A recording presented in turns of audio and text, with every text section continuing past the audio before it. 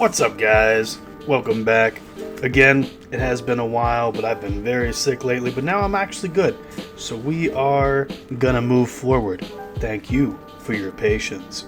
Now, today we're gonna cover a few of my personal commanders that I play that are incredibly unique. You'll probably not see them very often, if basically ever. So if you're a fedora-tipping magic hipster like myself, then you are going to love these commanders. Kicking it off, we have Baloth Grand Squall. For Timur, you get a 4/4 trample. Permanent spells you cast that have an adventure cost 1 less to cast. And 2 and Timur, instant adventure, mill 7 cards, then put all cards that have an adventure from among the milled cards into your hand. The video would take forever, so these are just very brief, core components. Basically, you want to fill this deck with lots of adventures that interact with the graveyard, and you want to have ways to bounce everything. Things like Evacuation or Whelming Wave are perfect examples of ways to bounce everything back to your hand and also disrupt your opponents at the same time.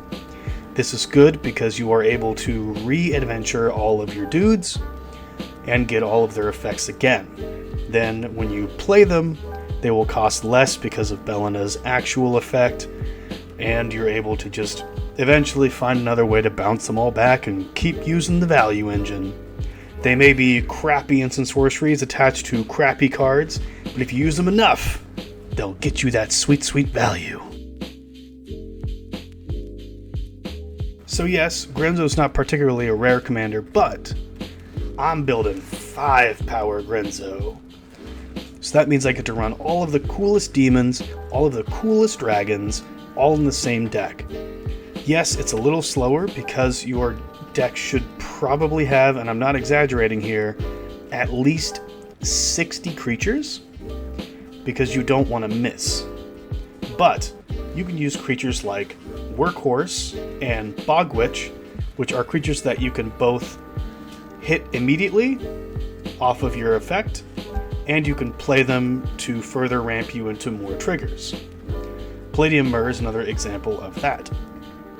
So you are able to churn out, 6-7 mana creatures back to back to back to back to back with very few misses due to your deck being so dense and 5 power creatures.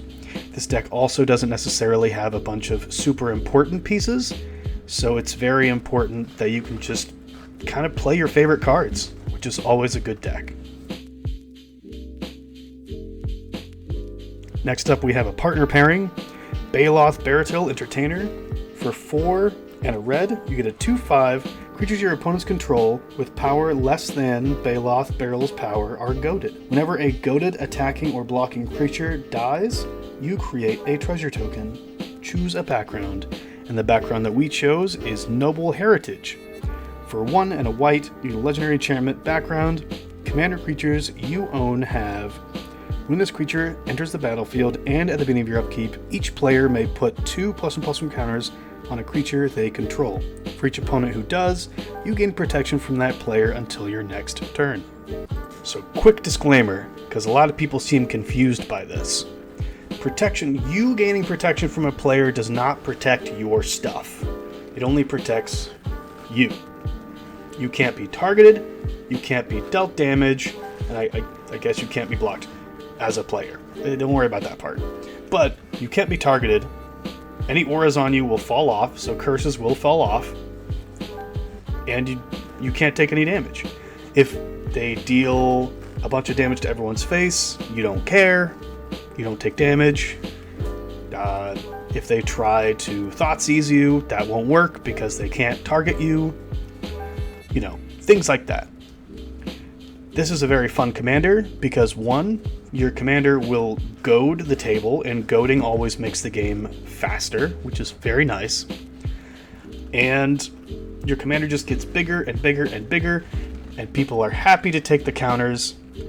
And the real big brain part about this is if 2 people accept the counters, and one person doesn't, the odds are very high that that person plans to attack you or blow up your Baloth and then attack you or something like that.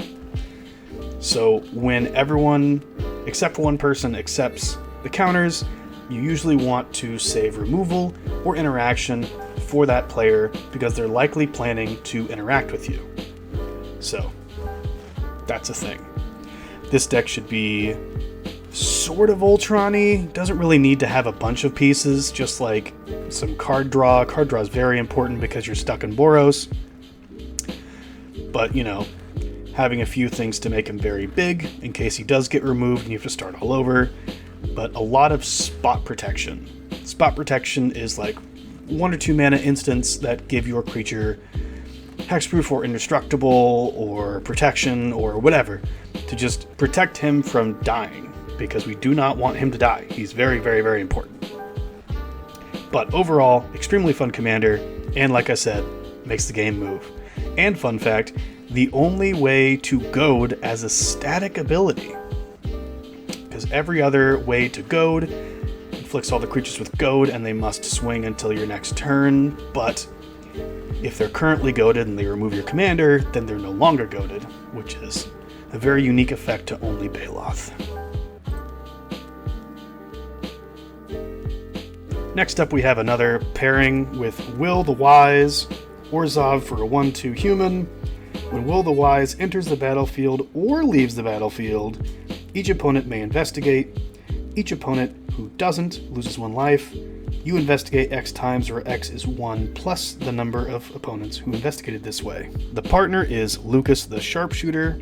For blue and a red, you get a 1/3 human. Tap, sacrifice an artifact. Lucas the Sharpshooter deals 1 damage to target creature.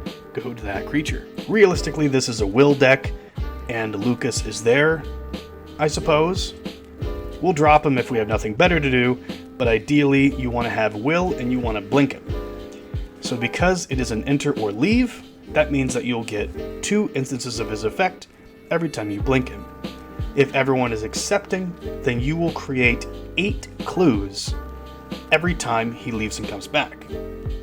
If they say no, then you deal 2 to the entire table and you still make 2 clues.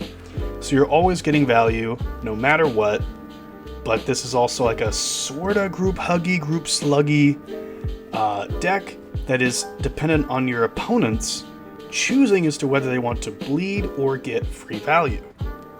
Because you're making such a massive amount of artifacts, you can use this to your advantage with things like Tezzeret, that'll damage the whole table equal to the number of artifacts you have, or anything to that effect. You know, Affinity will also work well here. And in a pinch, you do have Lucas to deal 1 damage to some big scary threat creature, and then make it go somewhere else. It's very versatile, and it's very fun, making a bajillion clues. Next up we have Rocco Street Chef. For Naya, you get a 2/4 legendary creature elf druid.